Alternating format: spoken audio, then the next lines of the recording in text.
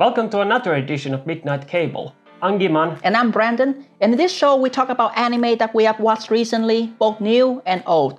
But before we start our episode, I have two announcements to make. The first one, as you can see here, is that we recently bought this new camera. So this will be the last time you will see us film with this crappy camera setup. Next week's episode will be filmed entirely with this new camera. But as you can see, there's so many buttons and complications here that it's too much for my rice-eating brain, and I need some time to learn it. So hopefully the video quality next week will be good, and the next week episode of Baki will be enjoyable to watch. The second announcement I'd like to make is that I recently take up on a part-time job, so editing this video will take some time, so uploading schedule will be a bit different. Yeah, but don't worry, we have something special this week to occupy you guys.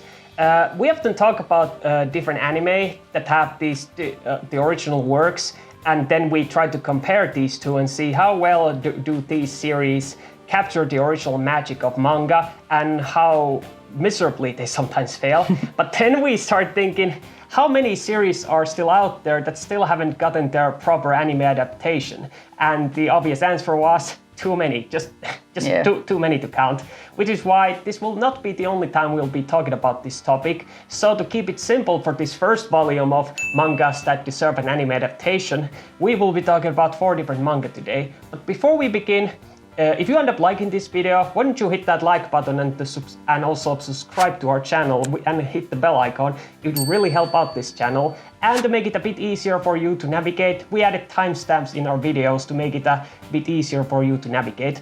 Anyway, let's begin. Yes. Number 1. So, Brandon, what manga are we talking about today? Well, before we talk about our first manga, I would like to quote the wise and wisdom word of the principal from prison school. Are you an ass man or are you a boob man? I'm gonna invoke my Fifth Amendment right. Yes, because I'm here today to bring awareness to the third faction, the Thais worshipping faction, the faction that is about knee socks and the Zettai Ryoki, the faction that is all about, the voluptuous and your thickness of the thighs, because they say thick thighs saves lives. And this manga that we're gonna talk about today is the embodiment of that whole message. This is, while the genre is something that I don't really like that much, and I'm talking about shonen, this is one of those shonen manga that is not only entertaining, funny, but also very engaging to read. And I'm talking about Yusaga Shinda, otherwise known as The Hero is Dead. But first, let us start with the plot synopsis. After accidentally killing the hero, Shion, with his pitfall trap, Toga is forcibly put into Hero's body by the necromancer Anri in order to fulfill Hero's destiny of saving the world.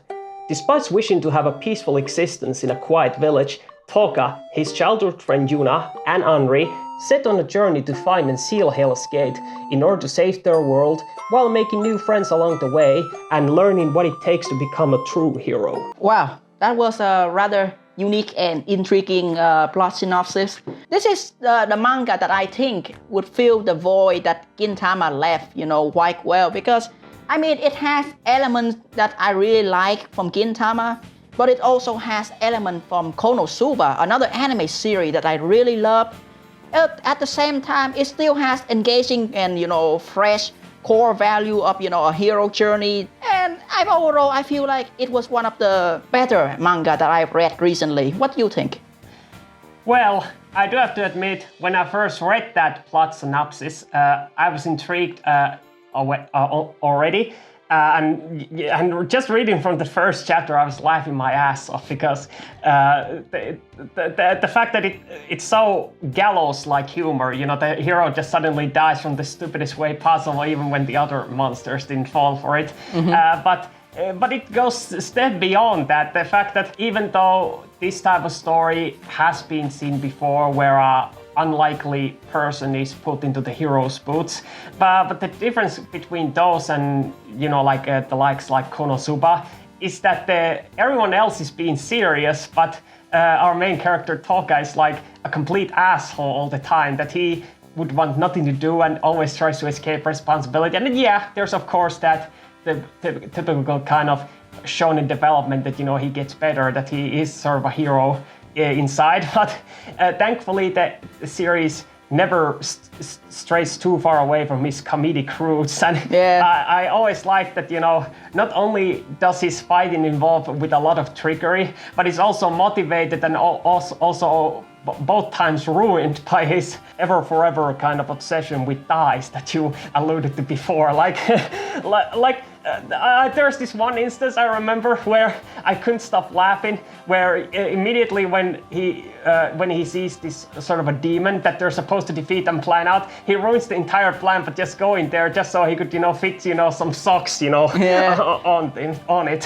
Yeah, I mean, when it's come to talking about the plot, it's kind of, you know, reminded me way too much of Gintama. It has the gag comedy chapter, but then it also at the same time has very serious moment.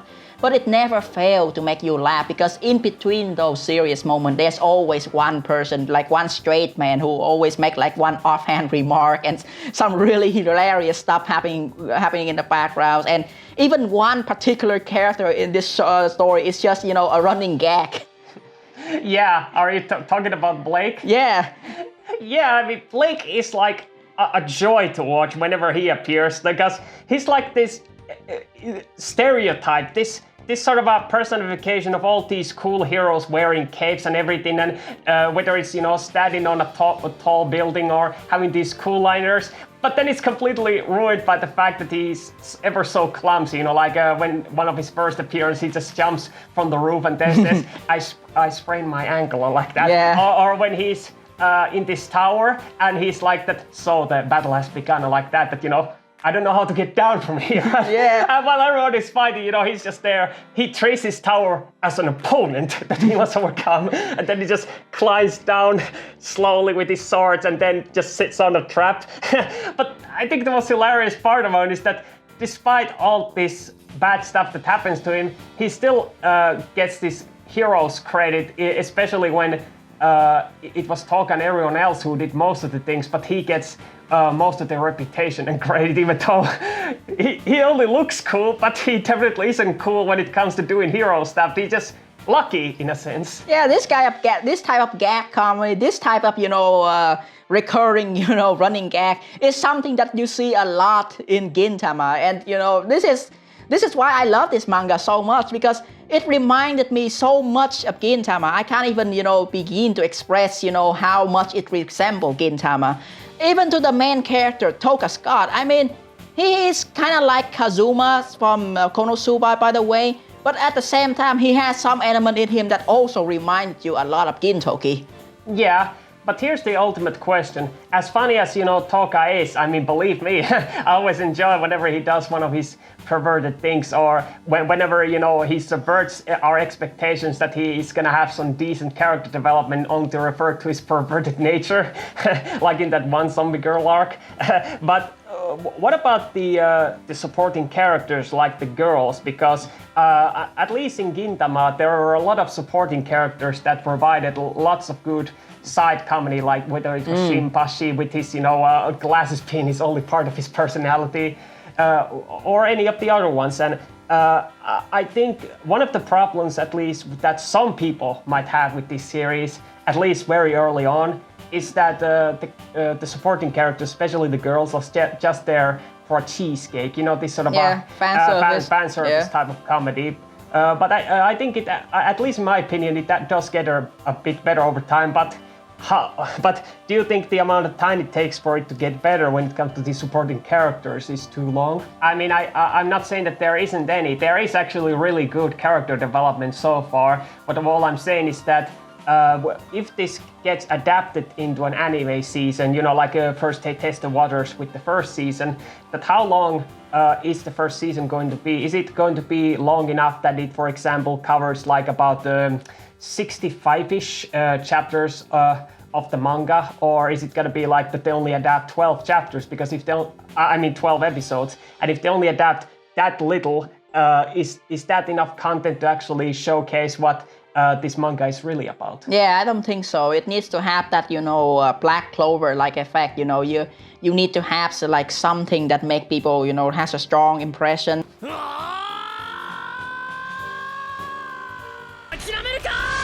And during the story, like you said, the pinnacle main point where the story actually read really good is around chapter 40 or something. So I think, when it comes to adapting this into the anime, it needs to be like a first season, 24 episode that adapt from chapter 1 to 60-ish or something. Just tell the whole story, because that one is like what I would say a huge arc in itself, a huge introduction arc. It's kind of established what is the main villain's gonna be, what the necromancer, kind of like Akatsuki, members that I have to fight. And it's also showcasing, the powers that Toka possess, and, showcasing hint about backstory and why he wants to be a hero. And that's why I like this, because, it is a hero journey.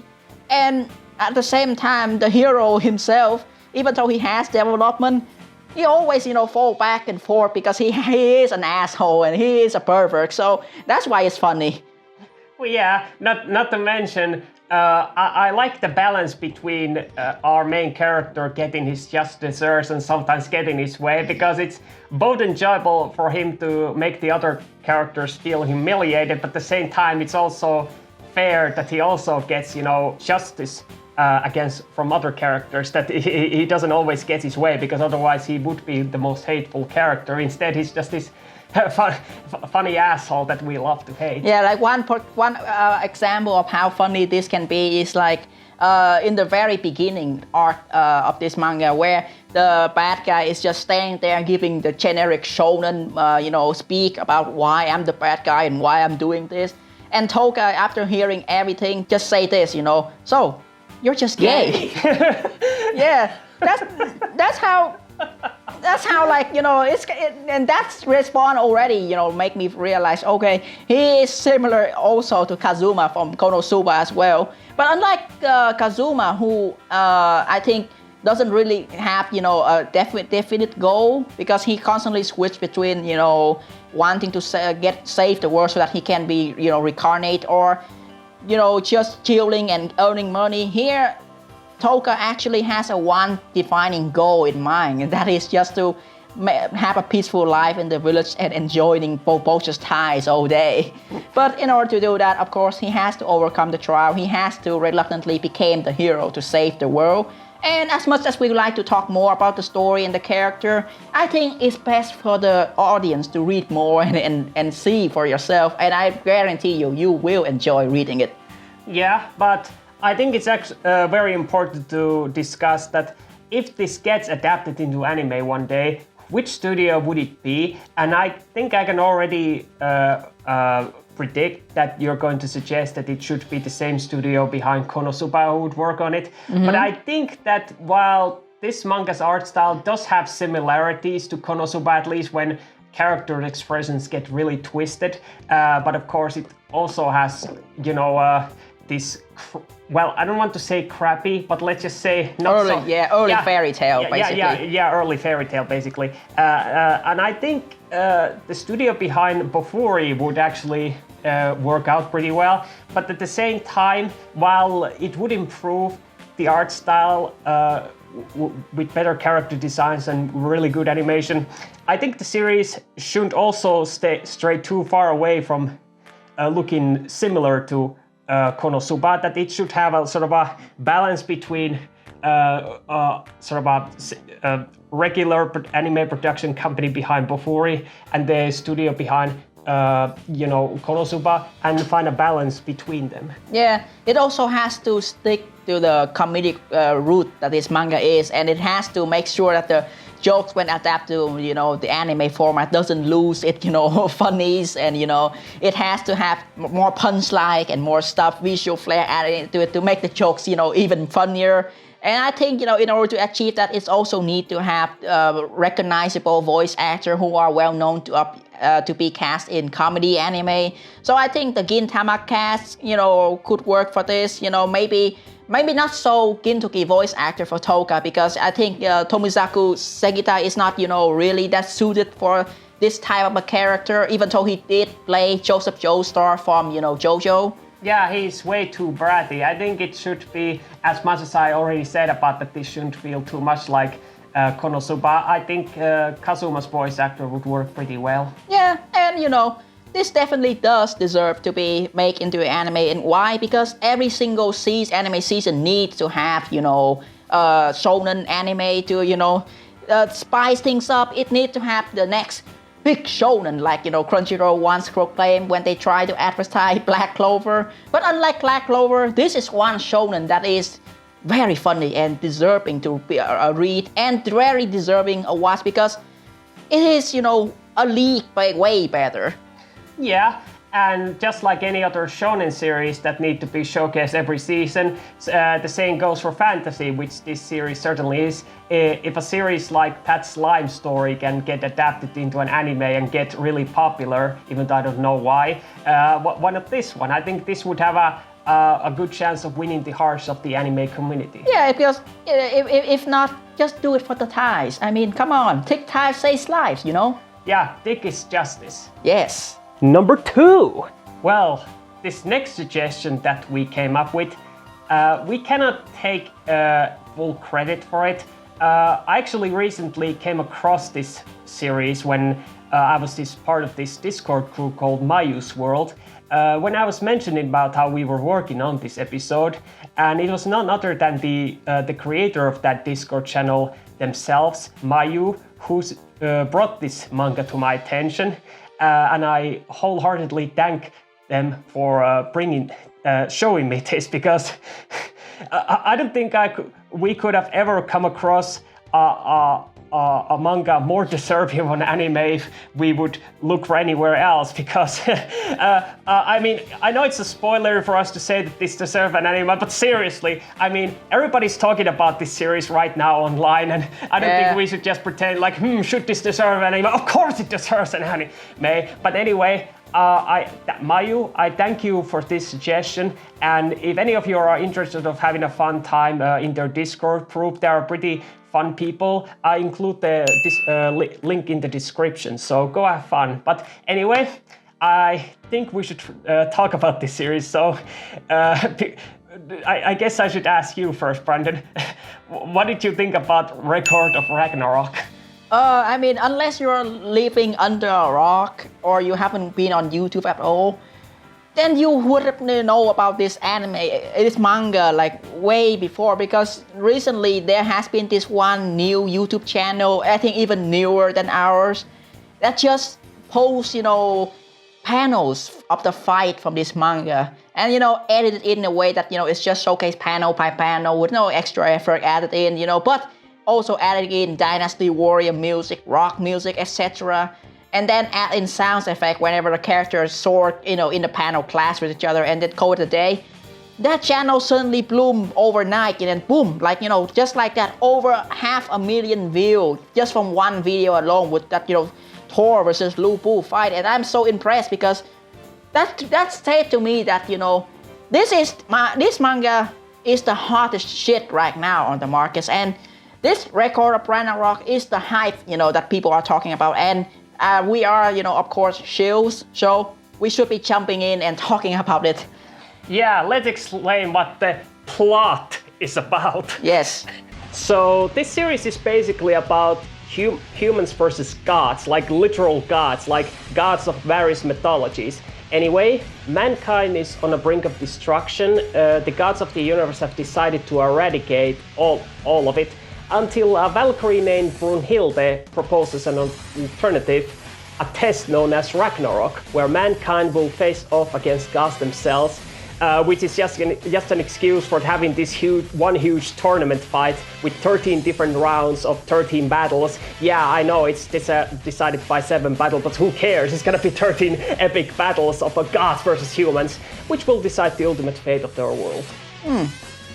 Because why should I take reading this seriously when the plot is, fucking ridiculous? Like fuck that. Okay, well, I got the plot out of the way. Okay, now let's talk about how awesome this manga is, because who cares what plot is? Who cares what the character is? Because it's all about, famous characters fighting each other. I mean, in fact, I think you summed it up the best, because when I first informed you about this series and you started reading it, you summed it up in 2 words when you read the first fight. Holy shit! I mean,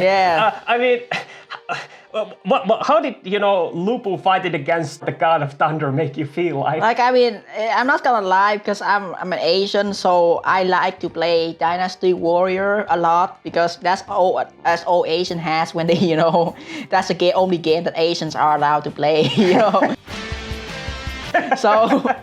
So with that being said, the character of Lu Bu is one of the strongest and coolest in that game series.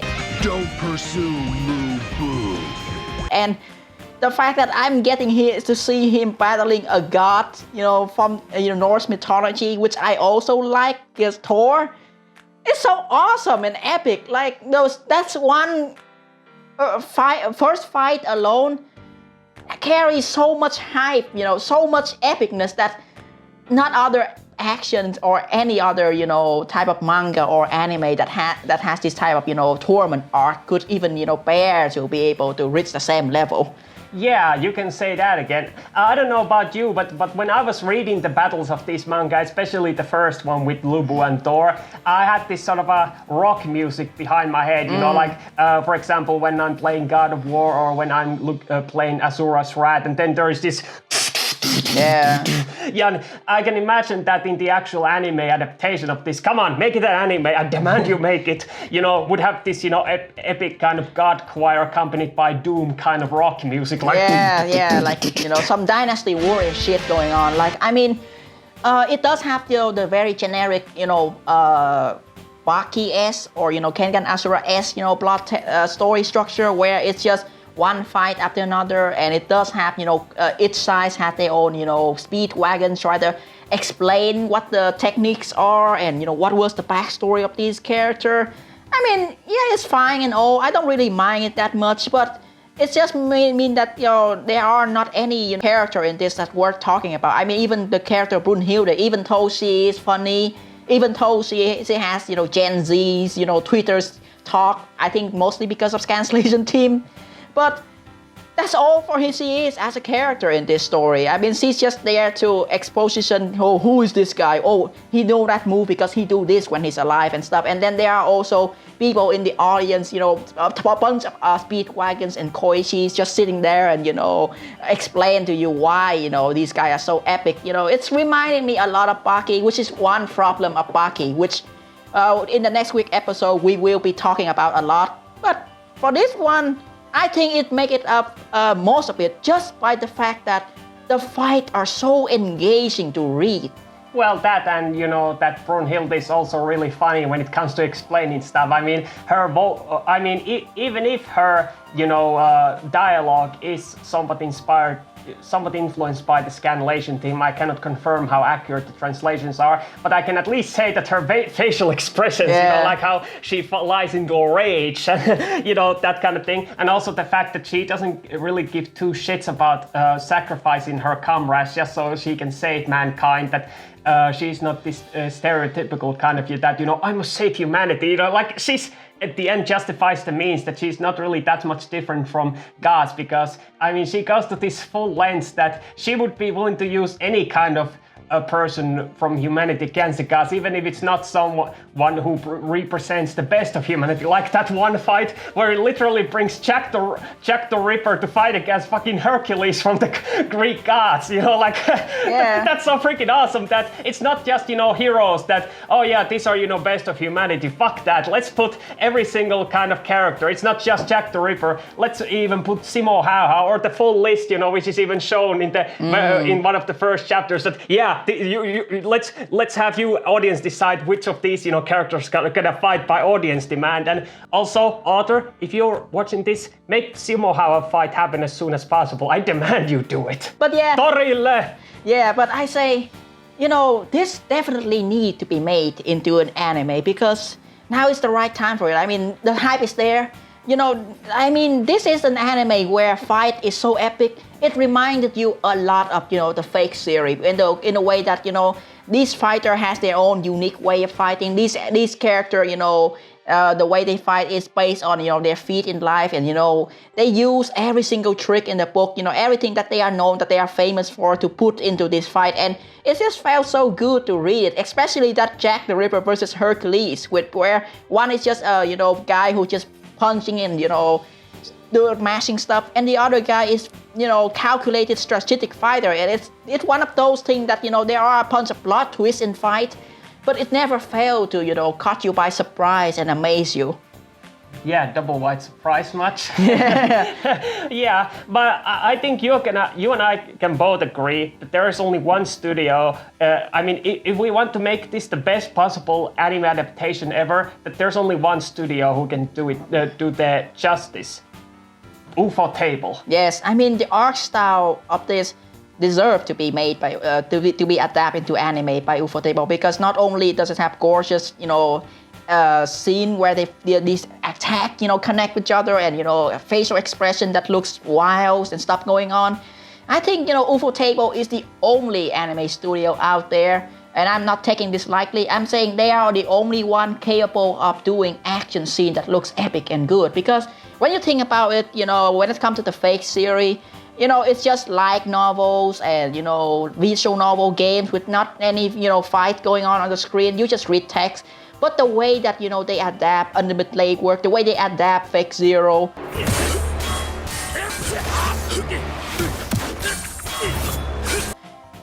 There's just so many cool fight and epic moments in there. And, and even, take a look at Demon Slayer. One would just consider it to be, generic shonen of the, day. I don't really like it that much when it comes to story department. But my God, does Ufotable make the animation of that look gorgeous.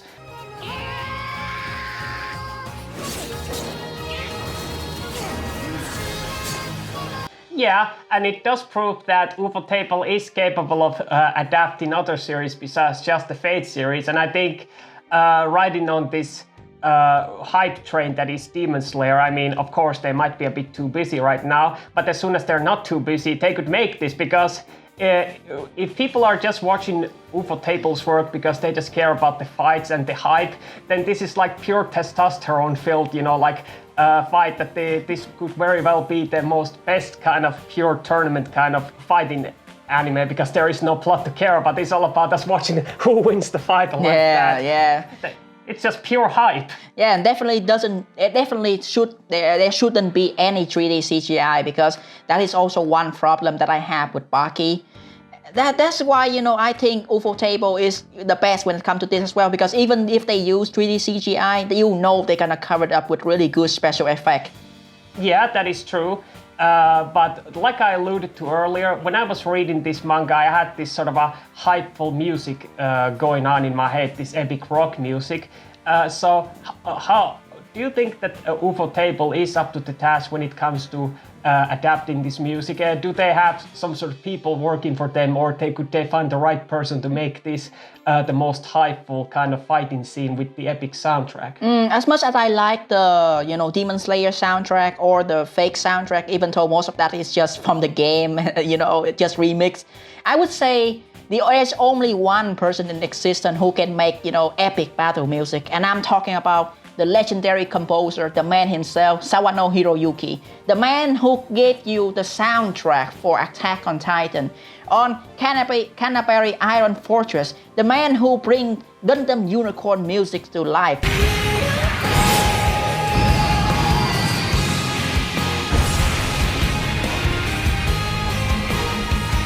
This man is the man who's well known for his bass drop, well known for his really epic choir and huge epic instrumental music. Even if the anime series he's in, his music is in are generally shit, like for example Creator, one cannot deny that the music is the only thing that keeps you watching. And in that sense, I think if they were to adapt this into the anime, it needs to be one made by Ufotable, and two, Hiroyuki Sawano need to be the composer.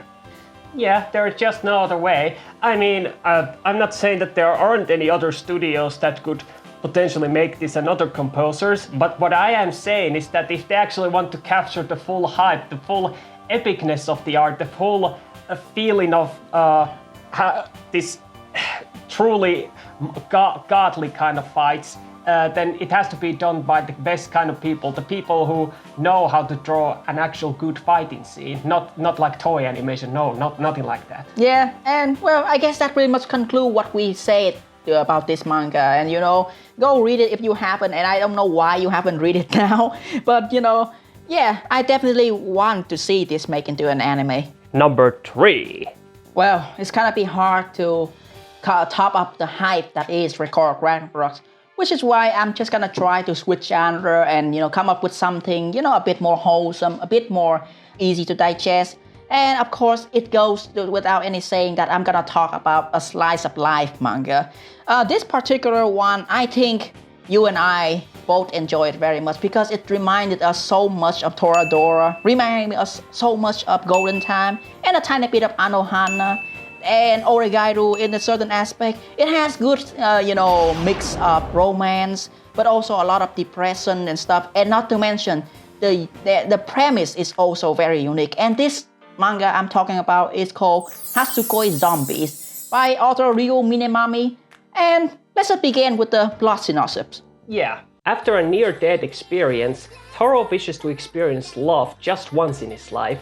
As a result, he starts seeing apparitions known as first love zombies, first of them being Eve, a personification of his childhood crush. And by coincidence, said crush, Ibusuki Ririto, transfers to his school, who turns out to be a guy.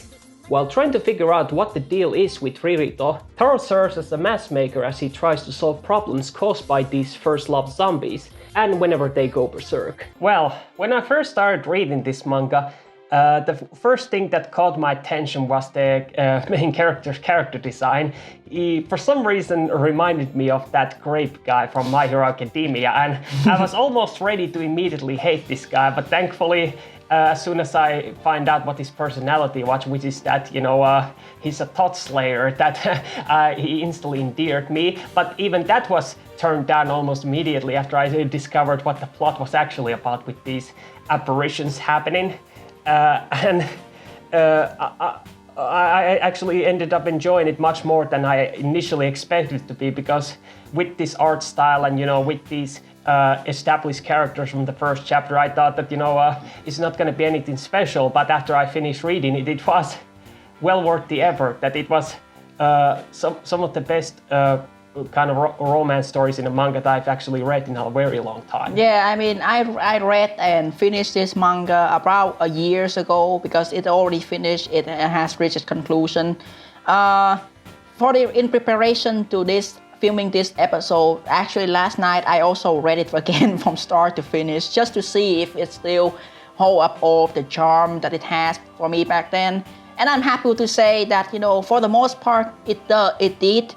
And I like this manga not just because it is some easy digestible romance slice of life manga with a somewhat of a twist. I like it for the fact that the character progression is perhaps, I would dare to say, way better than any other conventional slice of life romance manga out there, with the exception of Kaguya-sama Love is War, because nothing can top that. Of course not. But I say that this is decent, and for the most part, it also reminded me so much of Golden Time and Anohana with the supernatural thing. And I do have to ask you a question.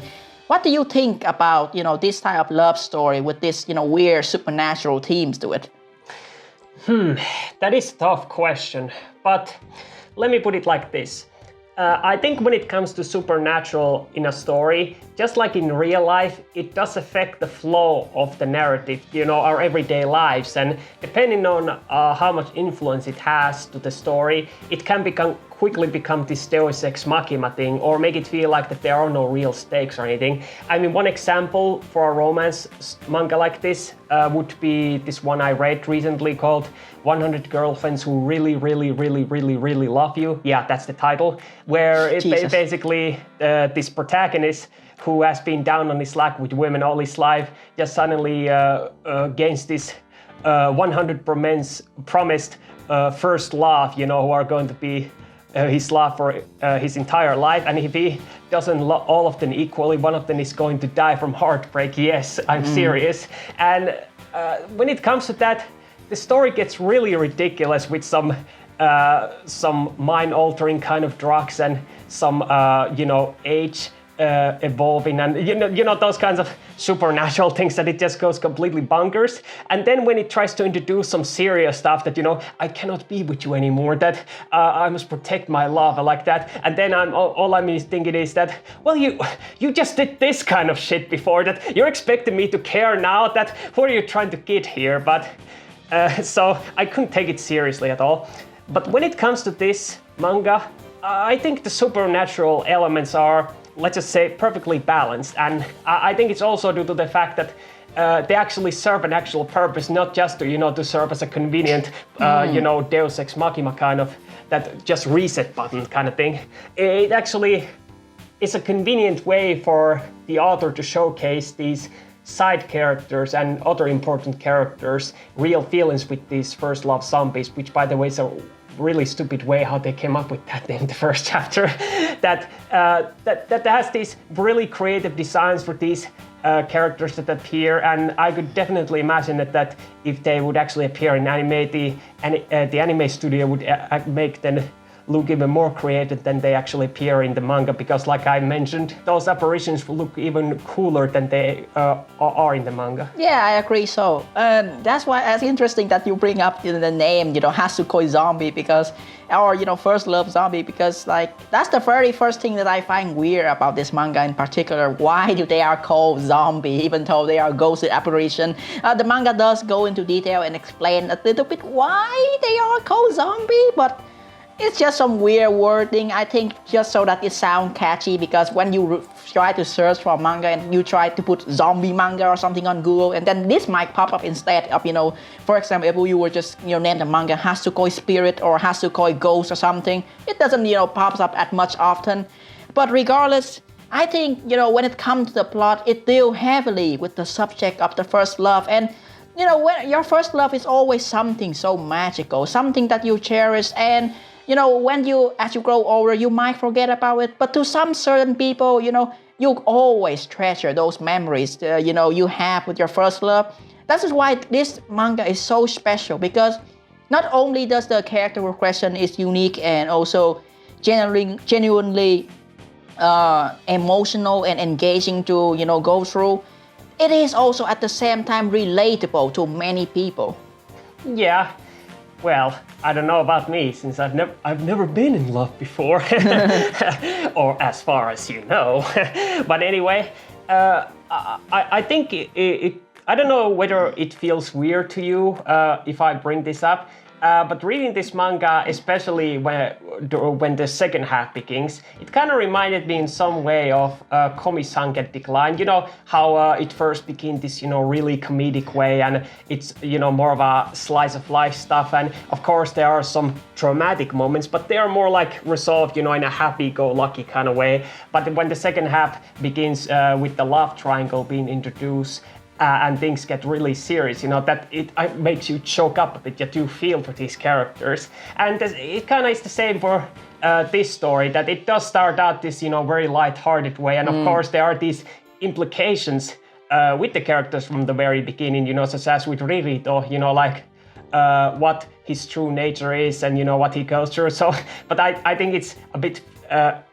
considering that this reveal happens in 10 chapters, I think I should stop referring to him as a he, because he's actually a she in disguise.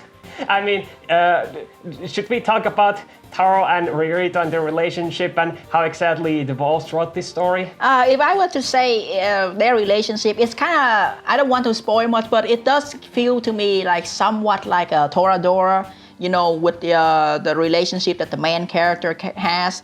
So I guess in a sense, it is enjoyable to read through, but also at the same time, I feel like this manga, one of the many bad point of it is that it kind of suffers from what I would call the nisekoi problem, where it's just go out for too long. Like you would think that, okay, well, 167 chapter, that's not long. But when you consider reading through it and skimming through the stuff and your character progression, you will find out that the first 50 chapter of this manga is actually good, and the last 40 chapter of this manga is also really good.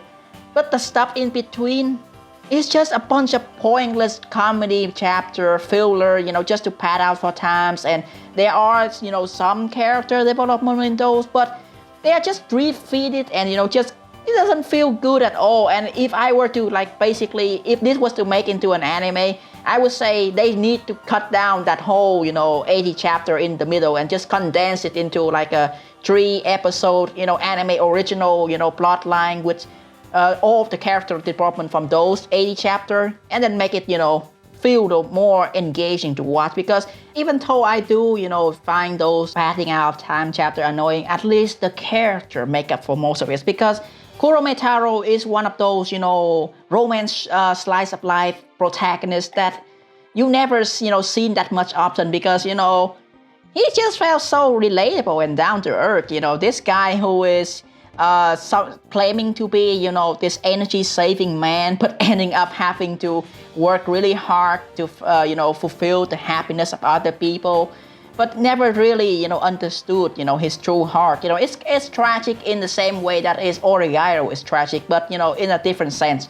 I think when the story first began, like I said earlier, I liked his attitude that he's not exactly this typical kind of romance protagonist, because he's literally not interested in love or anything like that.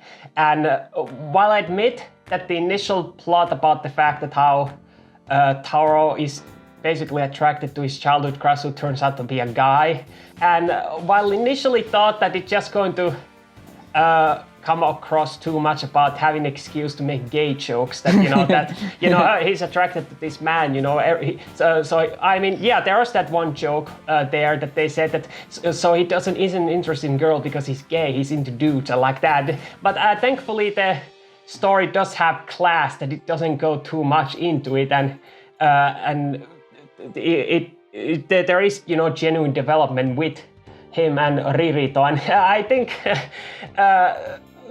I like this straight man and idiot routine that he and Ririto have at times.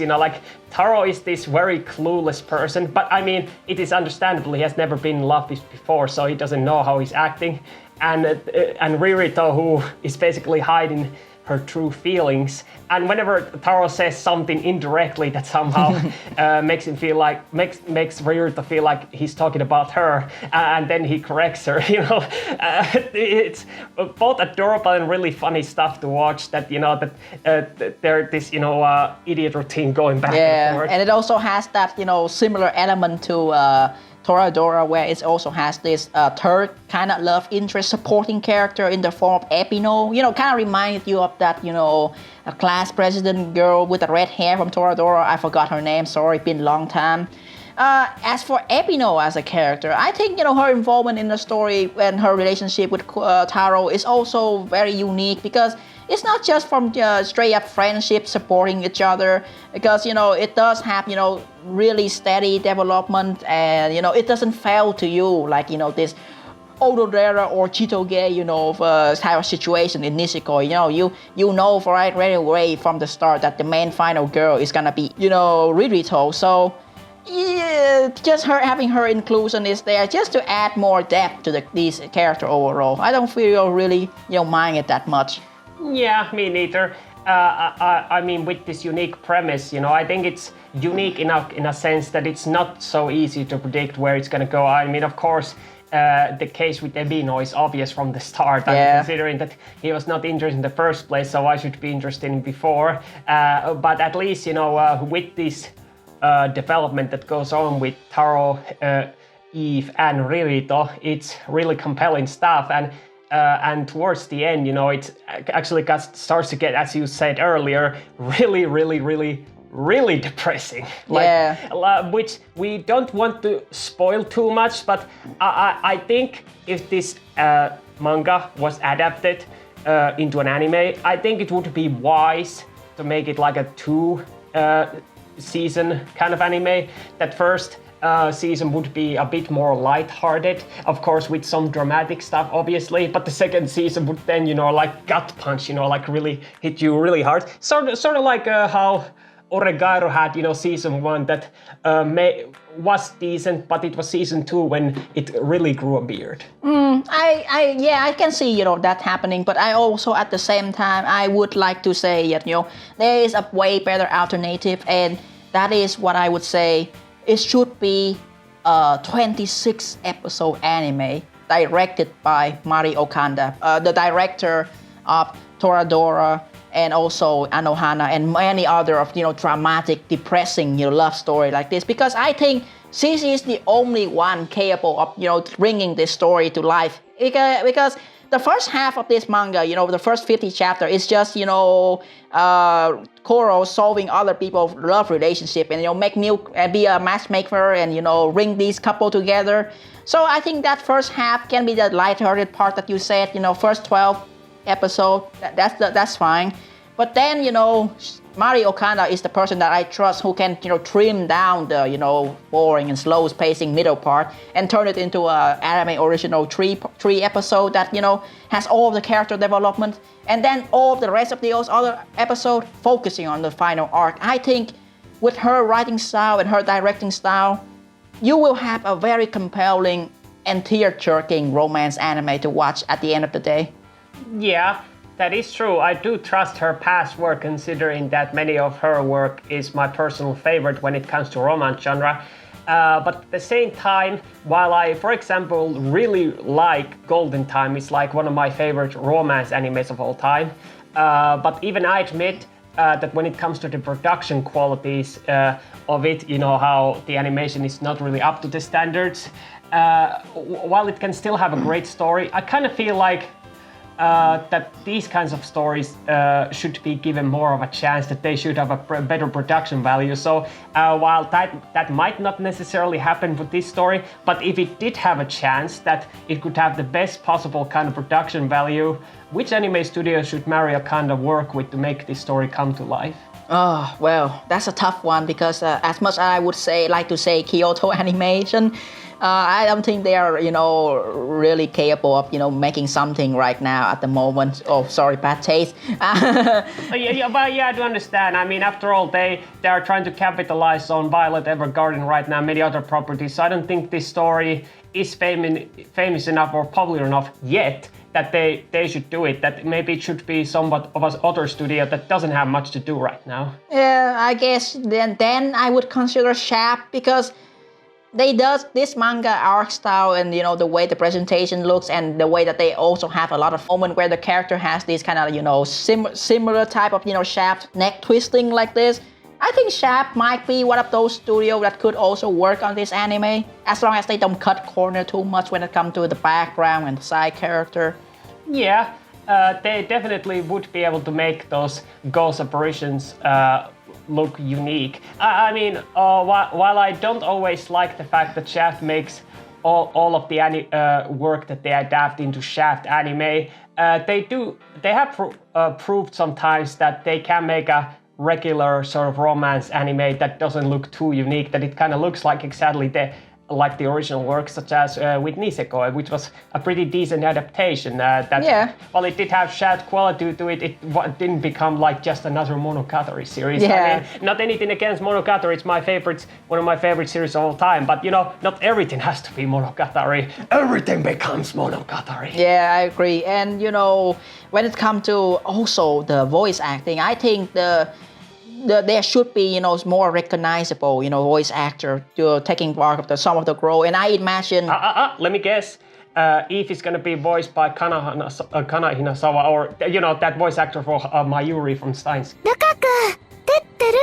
Yes, because I think, Eve is such a, cute and wholesome character in the story. And I think Hanazawa has actually every single, voice acting talents that, could allow her to play such a cute, funny girl like that, but also at the same time can really deliver the really depressing scene in the later arc, really well. And as for the most part, I think, if this story is, adapted in such a way that is, that don't necessarily need to be, directed by Mari Okada or Shaft, as long as it, keep the whole emotional core intact, as long as it trimmed down the fat in the middle that is boring and Nishikoi-ish, I think we are in for a treat.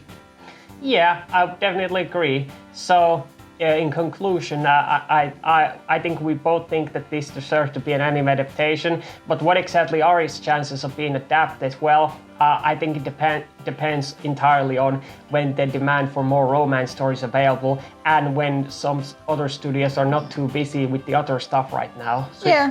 hopefully that the time for it to be turned into anime comes soon enough. I mean, even after 1 or 2 years after Dorohedoro ended, that got an anime, so I don't see any reason why this shouldn't get an anime. Yeah, I mean, everything can be anime right now, even... Yeah, even that slime anime. Yeah, so who knows? Number 4. It's time for us to talk about the one that you clicked this video for, that we saved the best for last, the one that should deserve an anime adaptation out of everything. Maybe the best manga among all manga enthusiasts, the one that tops the leaderboards, the one that can compete with the likes of Berserk. I'm of course talking about Vagabond! Yes. Well, that sounded awkward. But yeah, Vagabond. I mean, what can we really say that hasn't already been said about this masterpiece of work? I mean, even calling it masterpiece is an insult. I mean, it's like, it's an standard set by it to other mangas, I mean seinen kind of mangas that everyone should follow, and in my opinion, rightfully so. Yeah, I mean, if only other manga I read is at the same level of Vagabond, then I would enjoy manga as a, entertainment form of media more, because I love this manga so much. Like, I can't even, put into word, how long that I've been longing for to see a perfect story of Miyamoto Musashi being put in a manga form, because growing up as a Vietnamese rice farmer, I don't often have chance to, get to know more about, other cultures such as Japan and stuff, etc. But back there, when I was young, I remember I was in the 5th grade. I was reading this manga called Yaiba. I don't know what is the name of it in English, or what it actually is in Japanese. It's just about this boy with this spiky hair. It is written by the author of, Detective Conan, by the way. Oh, that's interesting. Maybe I should take a look at it. Yeah, it is a shonen. It's run for like 200 chapter or something. It's about this boy who has these two swords. One with the power of lightning called Reijin, and the other with the power of wind called Fujin. And during that story, a very interesting character pops up, and his name is Miyamoto Musashi. He is so cool, so swag. Like, and I will wonder so much wow, is this based on a real life person? Because the way he talk and the way he act, it's just so epic. Like for a young, 5 years old West Soft farmer boy like me. So as I grow up and start to uncovering video gaming and play more of Dynasty Warrior, I got into this spin-off series called Samurai Warrior, which also feature Miyamoto Musashi. And then that is when I realized, okay, Miyamoto Musashi is an actual real life person. I should, invest it more in it. And, as I, walk to school, go to my rice farming, library, I luckily managed to secure this series of novels called Musashi Tales, which is, written in 1939, translated into Vietnamese, circa, 2000-ish. And it's so epic, just reading out the exploit of this legendary swordsman, how he went from, zero to the legendary, swordsman with, renowned fame and all of his struggle and stuff. It's so much of a thrill to see all of that being adapted so faithfully and so beautifully by Takehiko Inoue here in Vagabond. Yeah, so from what I understand, that series name Musashi Tales was just a Vietnamese name. That's not actually the name of the actual book. Was it something called 5 Rings or something? No, it's actually just called Musashi in English. Yeah, but you call it Musashi Tales because that sounds a bit more appealing, because Musashi could be just about anything. But I digress. But yeah, I mean, you wouldn't think that from an artist like Takehiko Inoue, who, by the way, is responsible for perhaps the best sports manga of all time, Slam Dunk, that you would think that he would be able to draw, let alone write a story like this. But I think as good as Slam Dunk is, I mean, it probably is among my favorite manga, at least sports-wise. I think this manga is his true magnum opus, the one that makes Slam Dunk. I mean, I'm not saying anything bad about it, but it just overshadows it. I mean, it shouldn't be the other way around, that everybody's talking about Slam Dunk, but not this, because I cannot even put it to words. In fact, you know, before we even get much more into why we love this manga so much, I think I should first explain what the story is about. Who is Miyamoto Musashi? Yes. In the 16th century of Japan, two friends, Takeso and Matahashi, who survived participating in the famous battlefield of Sekigahara, decided to find more meaning in life by making a name for themselves, devoted to become Tenka Muso, otherwise known as Invincible Under the Heavens. However, due to certain circumstances, the two are separated and Takeso finds himself being blamed for Matahashi's death due to his previous history of violence and just being deemed as a mere demon child. While being hanged from a tree to die a very slow, agonizing death, a monk, taking pity on him, decides to free him, christening him with a new name, so he can have a clean slate, like he can start over again and find the true meaning in his life. And thus begins the legendary journey of Miyamoto Musashi, a legendary swordsman. I think, you know, in general, this is one of those manga that I say has one of the best and perhaps the greatest character development in any style of story, in any media or that I've seen, whether it be comics, games, movies, or, you know, mangas alike. This is the one that trumped most of all of them. Yeah, I mean, while it applies to many characters, including these two characters that we just mentioned, I think that the best example is, of course, the main protagonist, Miyamoto Musashi, or as he's known as Takeso initially. What I like about his journey is that it's not this typical hero's journey or whatever, or that, or that there is this certain character development that you can easily spot that, okay, here's this one arc, here's this one chapter where I realized that wow, I never thought about that before. His change as a person, as a character, is like gradual and not always positive, not always good, because I guess I can at least talk about the beginning of this manga, how it goes. That, I mean, Takeso starts this series as this really violent youth who only wants to find more fights just for the sake of fighting, to be the best and like that. But of course, that only leads him to getting into trouble, and he almost dies being hanged from the tree. And when he gets, you know, defeated, and I say defeated because it's some mind-blowing shit that you have to see to believe, where the monk somehow defeats him, or as Takeso sums it up, he cut me down with his mind. That's how he... That's some real mouth shit. Yeah. I mean, that monk, by the way, it is based on a real-life person. He also appears in the novel. Anyway, what I like about that moment is that when he is freed, he's given this new name, Miyamoto Musashi, where he could start over. He sort of has this realization that what he's done before has been completely meaningless, you know, that it's just violence for the sake of violence.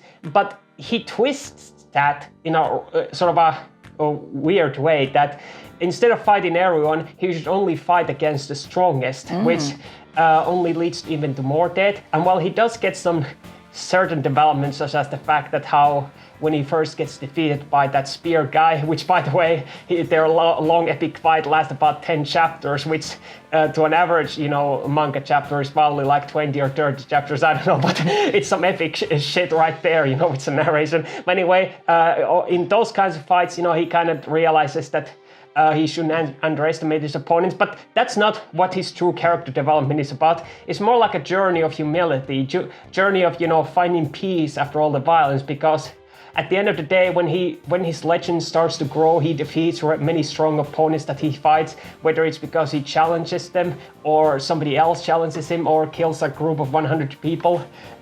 He eventually starts to realize over time that, is this really what he wants? It's just death after death after death, and yeah, he does become a legend and eventually becomes considered one of the strongest. But is that really the point of all it? That why does he feel so empty like that? That he's not really a hero in the traditional sense, or neither is he a villain. He's just a man of his time, who lives by the sword. But what does it mean for him to live by the sword? What is the true path of the sword? And it's this sort of, very, it just dwells into this Japanese philosophy, this sort of Buddhism beliefs that even that monk personifies, and it felt realistic, like this is a real person. It doesn't feel like a manga or anime protagonist. This is like an actual historical figure and you are reading his biographics, I would say.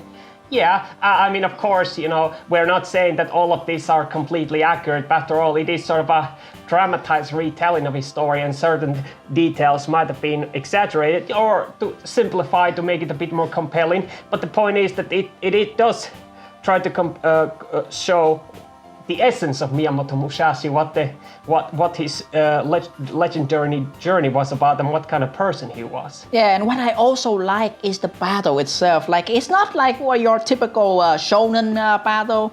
It's not like Demon Slayer. It's epic attacks and oh my god, ultimate final technique. I'm gonna take you down. Oh, I'm gonna explain to you my weakness so that you can take me down. Oh no, I have this motivation speak. I'm gonna be the Hokage of the 7th Sea of the Soul Society.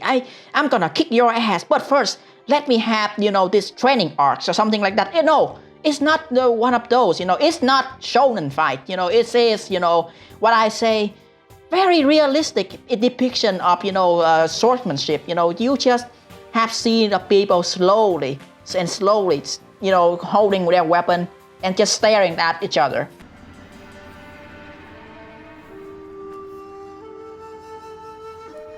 Just like that, the act of staring and the act of, reading your opponent's minds and, go into these, thought of yourself, making this mental image. What the fuck? Why are you laughing? Sorry, I just tried to. Okay, I'll get serious. Like they fight with their minds, like they can see, their opponent moves, see, how they're gonna attack. Like one moment can lead to death. Like every single fight in this manga is a battle to the death. Could you guys hurry the fuck up already? I mean, but that's why I like it so much. Like because this felt to me like a realistic, like a samurai film. Like this is like a Kurosawa film, in manga form. It's just so cool. Actually, you know what?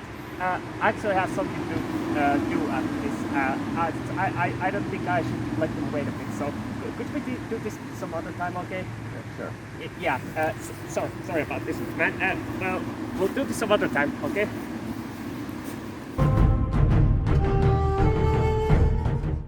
Okay. What the fuck am I supposed to do here? Come on.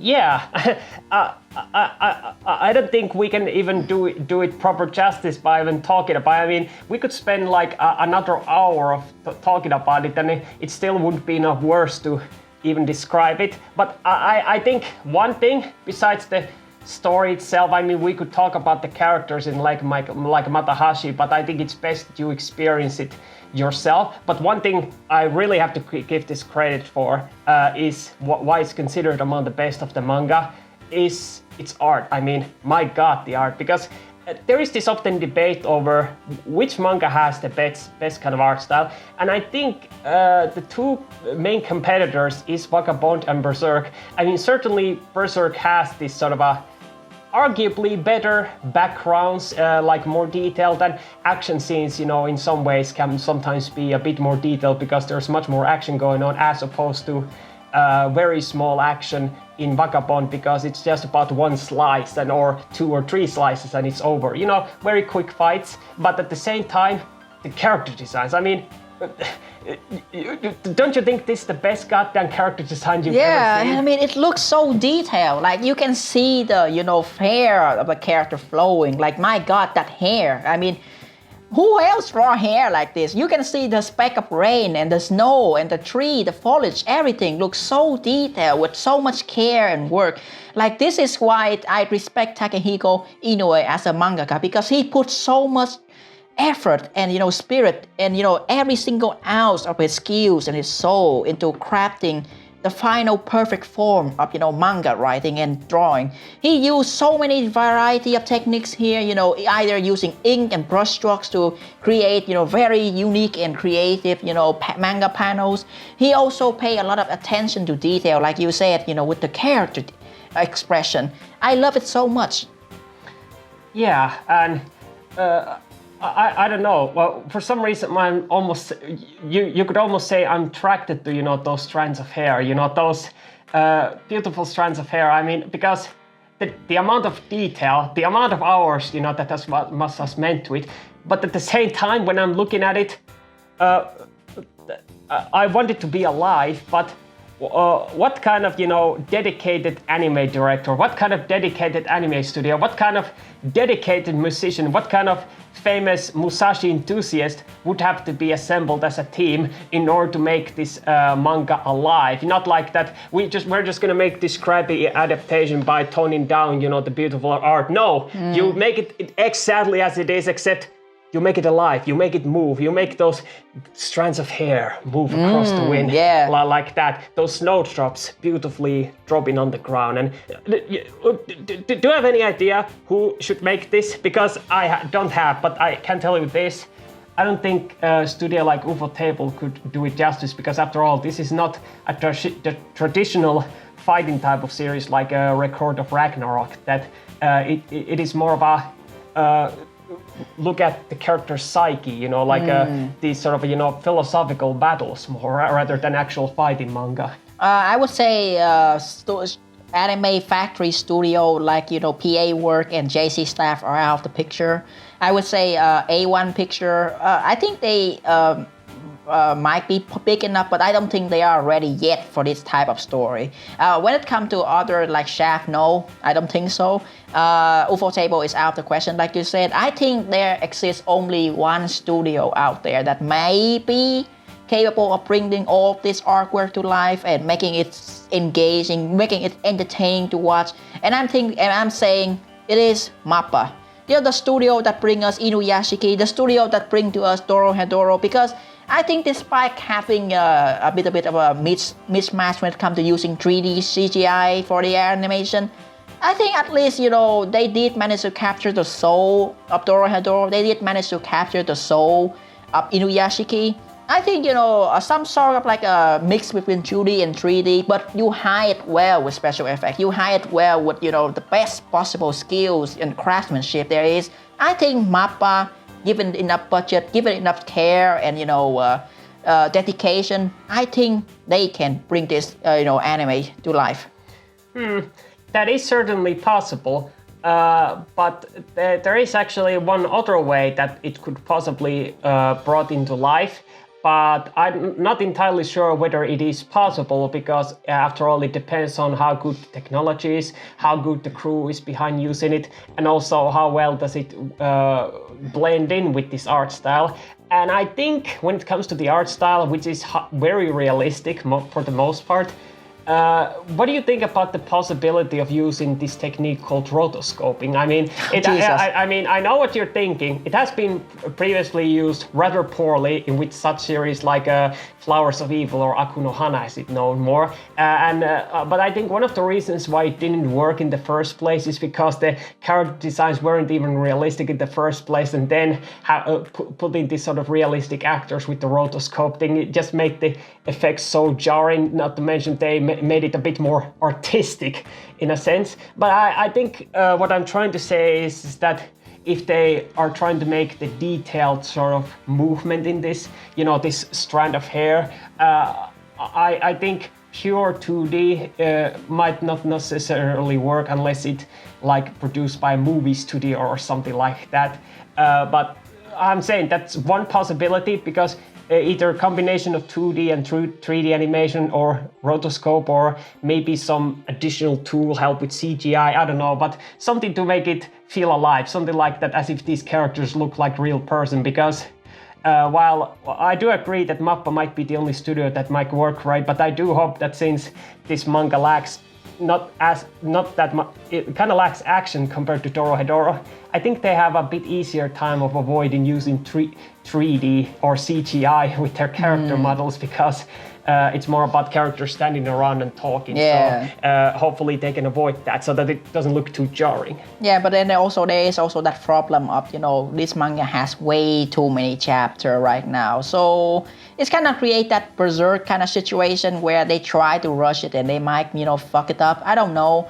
I think one best way to approach it is that you split it into different arc. Just like how the author, several years ago, he said that, in his mind, the story is split into Musashi Hand, the story of Musashi, Koshiro Hand, the story of Sasaki Koshiro, which is one person that, I think everyone knows is the legendary rival of Musashi Miyamoto, which I would say depicted very unique and special here in this manga, but I won't spoil how he is depicted. You should read it for yourself.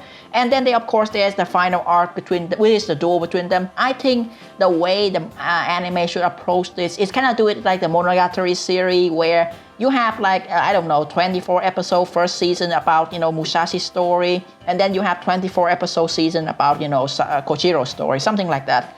Yeah, well, either that or split it into these series that are all named uniquely. First there is, Musashi Tales. I know that's a lame name, but that's just what I That's just like my Vietnamese rice farm boys name for it. Yeah, basically.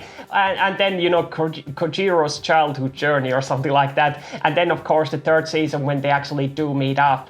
But of course, that depends on how long it takes for Takehiko Inoue to finish this manga, because it's been like 6 years already since the last chapter appeared. And but maybe by testing the waters first with the first season, maybe 2 seasons, and maybe by that time Takehiko Inoue might be able to get better with his medical condition, that maybe if he manages to finish the manga on time, then they could have this one epic conclusion, because we don't exactly want that Game of Thrones situation where 2 books aren't finished and then they have to come up with their own bullshit conclusion. Yeah, I definitely agree. So especially Takehito Inoue has a lot to go, because the actual Musashi books, it has 900 pages long, and according to him, he only managed to cover like 300 pages. So yeah, that's left to, hopes and, dreams mostly. But I think in conclusion, this one is a manga that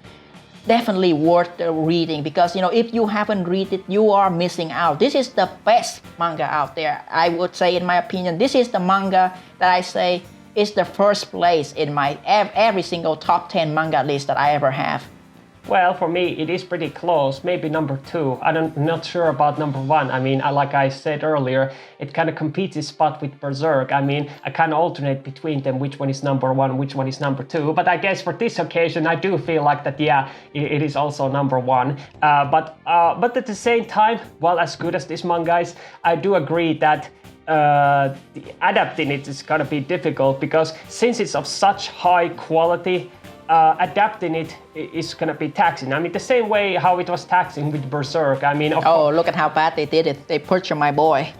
Yeah. I mean, they did it fine, at least for the first adaptation. But I do understand that why they didn't do it for the second time, because when the manga actually starts to get even more actiony and much more detailed, that they needed to add some new kind of animation, which the movies somewhat kind of cheap, unlike the series. But I kind of slightly feel that the way how Berserk anime failed, it kind of also serves as sort of a not so good sign that the same thing might happen to Vagabond. But I think it should at least be given a chance, test the waters, like with the first season. And I think if they want to make an anime adaptation, the time is now or never. So. Just like with Record of Ragnarok, please make this happen. Conclusion. Well, we managed to talk about 4 mangas today, 4 really good ones, and I think in all general, they all deserve to be adapted into anime. I think when it comes to picking the one that I would like to see adapt into an anime, even though I praise a lot about Vagabond, and I praise that it is the best in my opinion, and there's nothing else to compare it to it. I think now is not the time for it to be made into anime yet because the technology isn't there to capture the same quality that it has. And as for Record Ragnarok, even though it is the hype and big talk of the town, I think even without saying it will be turned into an anime anyway. So I think when it comes to picking one of these four to be the one that deserve to be make into anime for the next season or the next year season, I think I would pick Yusha Gashinda, Hero is Dead, because we always want to have an anime that you can sit down and watch and have fun and laugh a lot, especially when it's come to enjoying some tiny bit of fan service and catering to the Thai's loving peoples and have some enjoyable shonen action and overall capture the same feeling and the void that Gintama left. And especially when people are still waiting for Konosuba next season to air, I think now would be perfect time to pick up and adapt Yusha Gashinda. Yeah. I think when it comes to all these four mangas, I think Record of Ragnarok might actually have the best chance to be adapted at some point, but since it's still running and it hasn't finished, the best it can really achieve right now is to have one season which doesn't cover all the fights before it gets a second season, which depends on how long it takes for the author to finish and whether they have some sequels that they're gonna do and which direction the story is gonna go. But I guess when it comes to the ones that are nearly finished, I think both Hatsukoi Zombie and Hero is Dead do have sort of a chance of being adapted since they're a full complete story basically. But I guess if I had to choose only one of them, I guess I also would have to go with the Hero is Dead. Because while I do want the Vagabond to be adapted as much as possible, I don't think it doesn't have that much of a chance right now. I mean, Samurai is a hype right now, but finding the right anime studio is gonna be taking a bit of time. But hopefully with the additional season with Demon Slayer, it will get there soon. That as soon as Demon Slayer ends, maybe Vagabond can just step in on the stage, to continue with and maybe additional sequel to Ghost of Tsushima, who never knows. It might continue with that. So with that sense, I think Hero is Dead would be a good addition to fantasy genre of anime that, with a good Gintama style of comedy. That's definitely a series that we would be glad to talk and review on this show. Yeah. But that is all that we have to say for this episode. Rest assured, next week we will be releasing our regular episode with the Baki review. We hope you all have a pleasant day. Try to watch some anime, and we'll see you next time on the next edition of The Midnight Cable.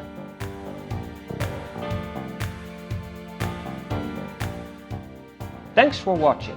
Be sure to like, subscribe, and hit the bell icon for any new stuff. If you're interested in other future content, please click the links on the screen. I'm Giman, and I'll see you all next time.